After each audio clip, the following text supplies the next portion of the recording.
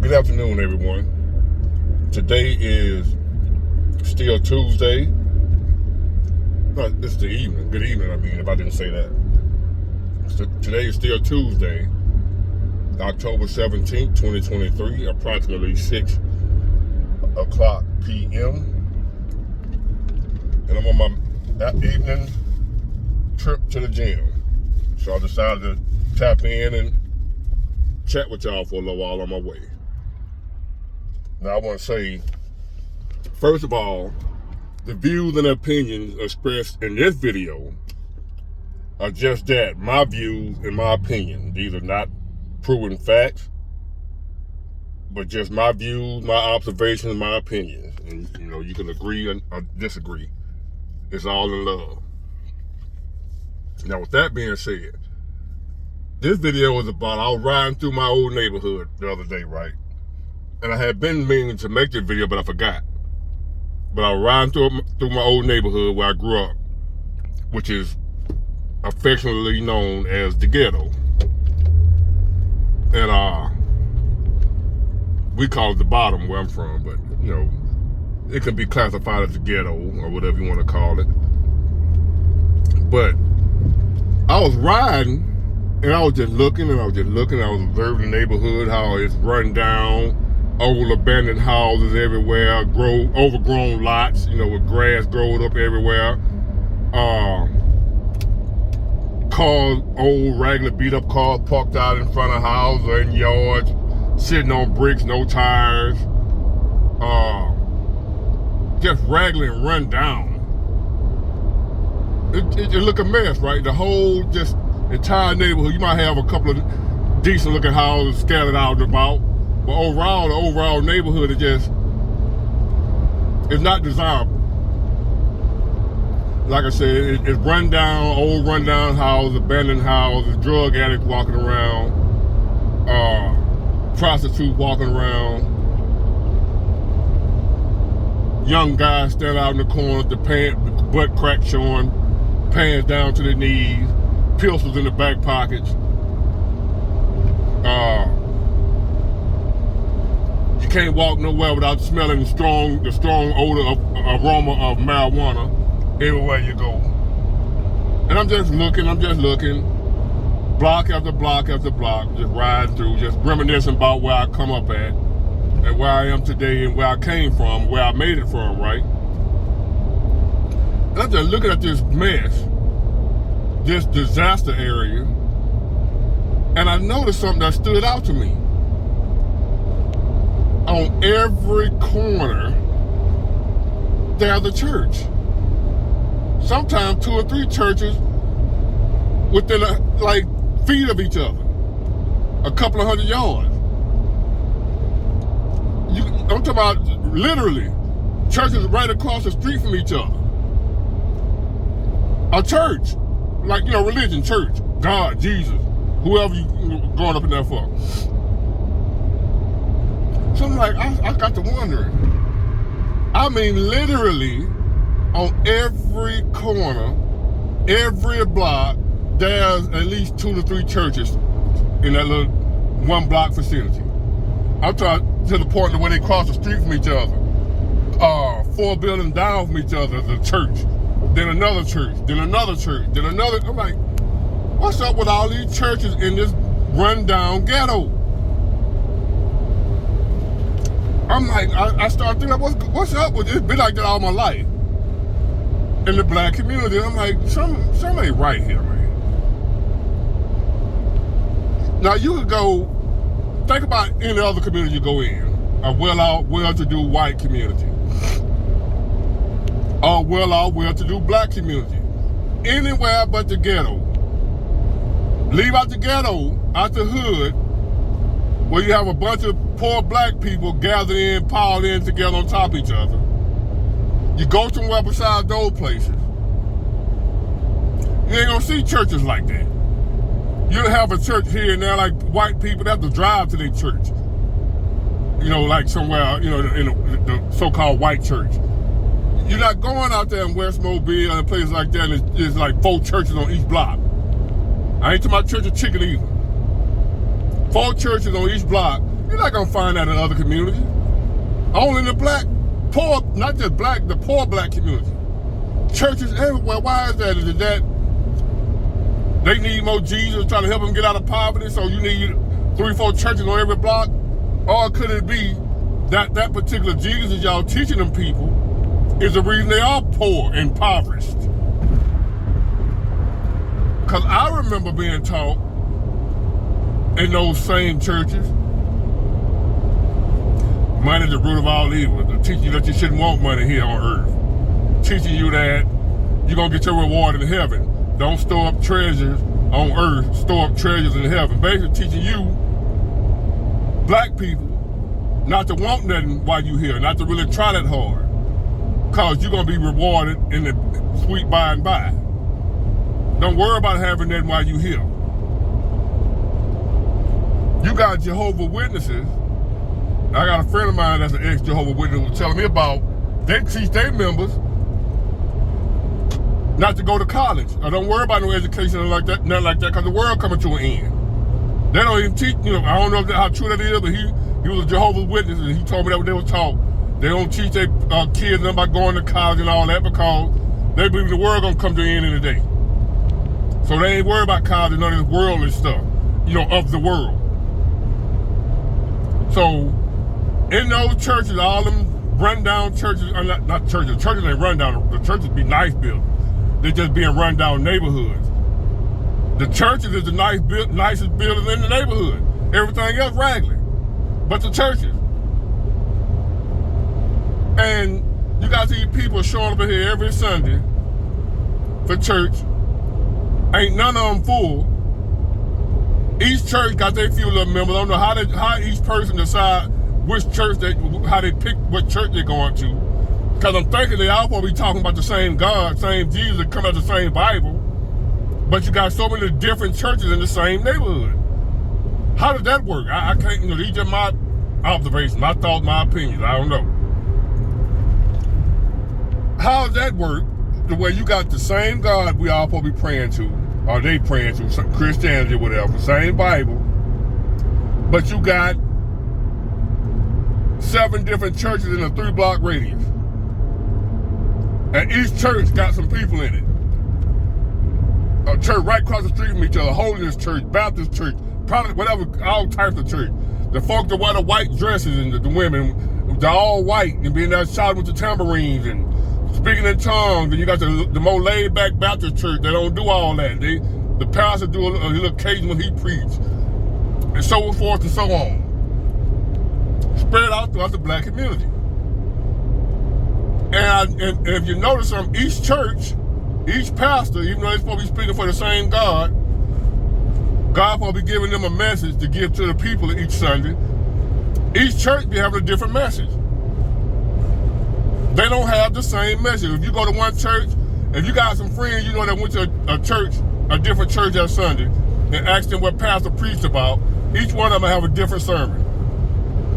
But they getting their message from the same God, but different sermon. How did you come up with all these different churches in the black community? Why not just one church for everybody? In my opinion, how that came about. One guy, you start out in one church, a bunch of people, right? And then a couple of people listen to pastor preach, they don't agree with what pastor's saying. Pastor ain't saying it right. God calling me to preach. Somebody feel like God calling them. Somebody feel like God telling them that pastor so-and-so ain't preaching the word right. You need to preach the word. So you need to leave this church and go start your own church. That's how you get all these different, in my opinion, all these different churches in a small community. A bunch of different churches speaking for the same God. All these different denominations for Christianity. Why are there so many denominations for Christianity in the black community? So-and-so believe Pastor so-and-so wasn't preaching the word of God right. He ain't got the Bible right. He don't know his Bible. God ain't spoke to him. God speaking to me. So I'm going to go holler at a bunch of members of the church, let them know God called me to start a church. Then I go start my own church. that I gather up my followers, anybody that's willing to follow me and believe that God gave me the right word. He giving them other folks the wrong word. He gave me the right word. If I can find enough people to believe me, then I got bloom. Now I done started my own church. And I'm gonna move into the same community because this is an area I'm familiar with. And all the people I know is right here. So boom, now you got two churches right across the street from each other. Same God, same Jesus, different message. And the community is tore up. Poor as hell. All this God and Jesus in here, and we ain't got ish. All we got is liquor stores, pawn shops, gun shops, and Jesus. That's what we got in the black community. With the ghettos or whatever. That's what we got. All this Jesus we got in here, how's it helping the neighborhood? Just my opinion. My view is it's hurting the neighborhood. Because the people that actually believe in that stuff, I'm going to believe in God. Let me get that understood. I believe in God. I don't believe in this modern day Christianity. I believe back in the early 1600s, the Catholic Church got hold. Let me get this straight. Christianity has been around for centuries. But I believe the version that we practice, Western Christianity, is tampered with. I don't believe it's the original Christianity. I believe the Catholic Church got their hands on it and they twisted and tainted it to meet an agenda, to control the people. That's just my views and opinions. You may have your own. I have no proof of this, but I've done some research and I've dug up some things, but I can't prove that they was right. So it's all just belief. But anyway, so I believe that somewhere back in the day, all these churches were planted in the black community to teach the black people to not thrive to be anything. I believe it's a conspiracy to me. Back during the racist days, from slavery on up until now, I believe all them churches was placed strategically in the black community to pacify the black community. To keep them docile. To keep them from not ever trying really hard to do it. You already got the Democrat Party got their foot on the black neck. And that soft, passive Jesus that they was teaching the black people. And them two combinations right there equal the ghetto. Cause the God I serve ain't poor. And the children of the God I serve are not poor. So that God they in them ghetto serving and praying to, I don't know who that is. Cause the God I serve bless me with financial gain. Bless me with opportunities and skills to provide a good life for me and my family. I don't know what God they down there serving that's got the neighborhood looking like North Korea. So I really believe that the modern black church, modern Christianity, going back from the 1800s during slavery and all that during that time up until now, was strategically placed in the black community by, I ain't gonna say by Democrat, but I know we got Jesus and Democrats in the black community, and the black community is a mess. So I'm putting them neck and neck. Jesus, the modern day Jesus that we was taught in the modern church. I ain't talking about the real Jesus. I'm talking about this artificial Jesus that we was taught. The picture on the wall of the white Jesus, when we don't know what color Jesus is, what race Jesus. I know the Bible says skin or brown, whatever. We don't really know nothing about it. But anyway, what I do know, he wasn't bright white European with blue eyes and blonde hair. I know that. Only because of the region he from, he couldn't have been. That skin don't take well to the sun like that. That ain't racism, that's fact. The region don't call for Jesus to be a Caucasian. Was he black? I don't know. Was he Egyptian? I don't know none of that. I know he wasn't white. But the pictures I saw on my wall coming up as a child, he was a white man, blonde hair, blue eyes.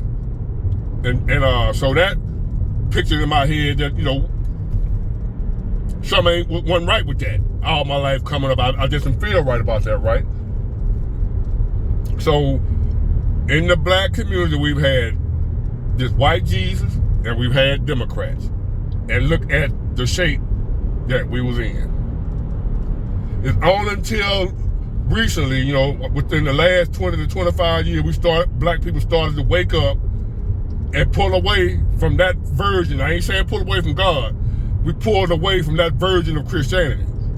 We pulled away slowly from the Democrat Party. And things have slowly gotten better for us. Have you noticed that? The more we pull away from that bastardized version of Christianity and the Democrat Party, the more we move away from that, the better off we're doing as black people. If you haven't known that I have. And like I said, we haven't moved away from God. We moved away from the artificial demigod. So, I would like to hear y'all thoughts on that, of why you know, what's up with all these churches in the black community, but yet the black community is a slum, is a dump. Wouldn't you figure that somewhere where there's supposed to be so much God and Jesus that it would be beautiful? But instead it's a dump. And you go any other community, the well-to-do white community, you do not see churches on every block. 2 or 3 churches. What, do they got zoning laws or something? I ain't saying no churches in the white community, but it's a big difference in the white community and the so-called ghetto. The amount of churches and how far and how many of them in a small block radius, 2 or 3 churches next door to each other. One here, one there, one over there. As a matter of fact, I'm gonna go film one day and show y'all, give you the visual of it so you can see for yourself how close these churches are. And what's the purpose of that? Like, what is that helping? Does it, because it ain't helping the community, because the communities they are in are trash. So, I'm at the gym now, y'all. I'm saying I'm finna go and upload this video, and y'all tell me what y'all think. Have a blessed day.